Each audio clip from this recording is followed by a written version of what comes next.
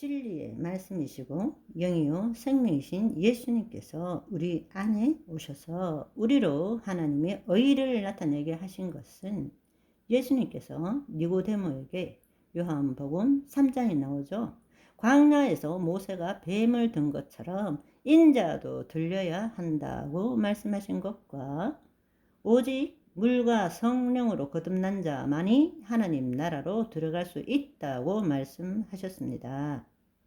아버지가 둘째 아들을 받아들인 것은 다른 말로 둘째 아들이 아버지 집에 들어갈 수 있었던 것은 이 아들이 바로 예수 그리스도로 말미암아 죄사함을 받고 거듭났기 때문입니다.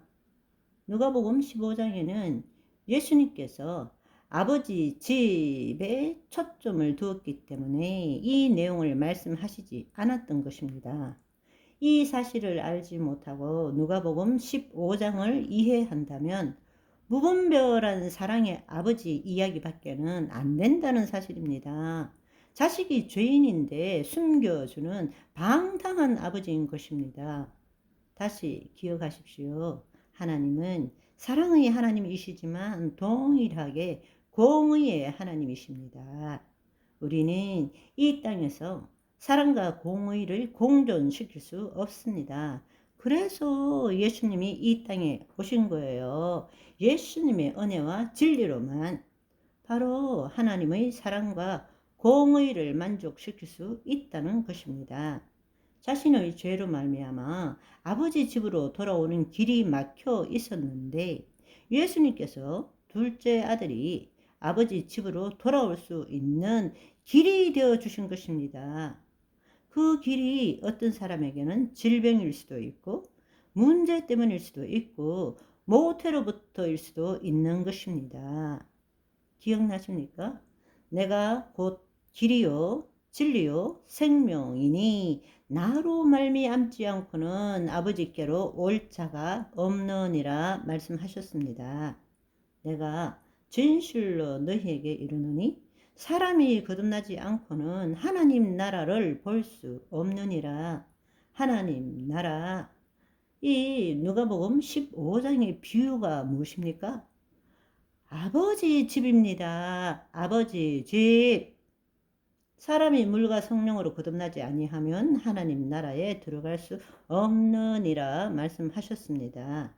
그렇기 때문에 그 둘째 아들이 이 글에는 기록되어 있지 않지만 아버지 집에 다시 들어온 아들은 새롭게 태어난 자입니다.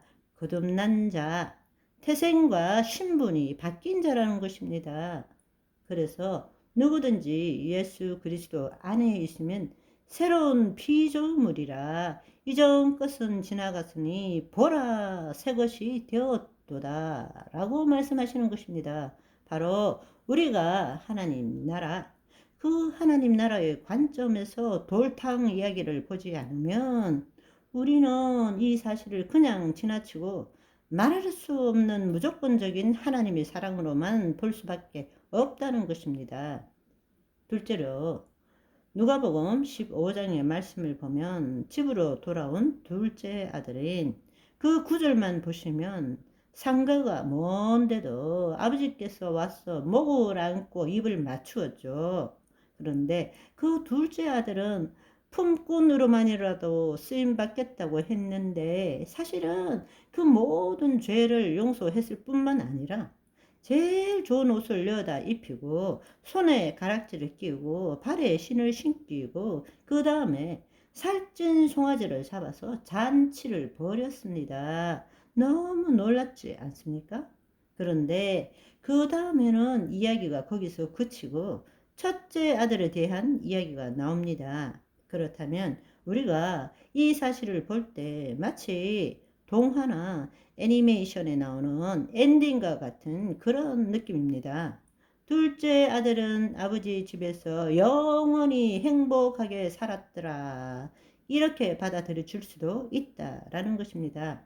정말 둘째 아들은 아버지 집에 집 나갔다가 다시 둘째 아들은 들어와서 그 후의 삶은 어떻게 지냈을까 궁금하지 않습니까?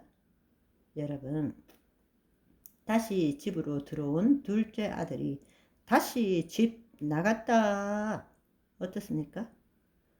첫 번째 집 나간 것은 가출입니다. 그렇지만 두 번째 집 나간 것은 대사적 소명을 띠고 아버지가 어떤 분이신지를 이 땅에 전하기 위해서 파송된 것입니다. 파송된 거예요. 첫 번째 집 나간 것은 가출이고 두 번째 집 나간 것은 아버지의 영광을 드러내기 위해 이 땅에 파송된 것입니다. 여러분, 요한복음 17장 22절을 보시면 내게 주신 영광을 내가 그들에게 주었사오니 이는 우리가 하나 된 것 같이 그들도 하나가 되게 하려 함이니라 말씀하셨습니다. 요한복음 17장 14절에도 보시면 내가 아버지의 말씀을 그들에게 주었사오매 세상이 그들을 미워하였사오니 이는 내가 세상에 속하지 아니함 같이 그들도 세상에 속하지 아니함으로 인함이니라. 다시 집으로 들어온 둘째 아들은 세상에 속한 자가 아니라는 것입니다.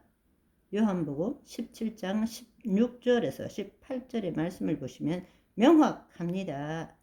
내가 세상에 속하지 아니함 같이 그들도 세상에 속하지 아니하였사옵니다.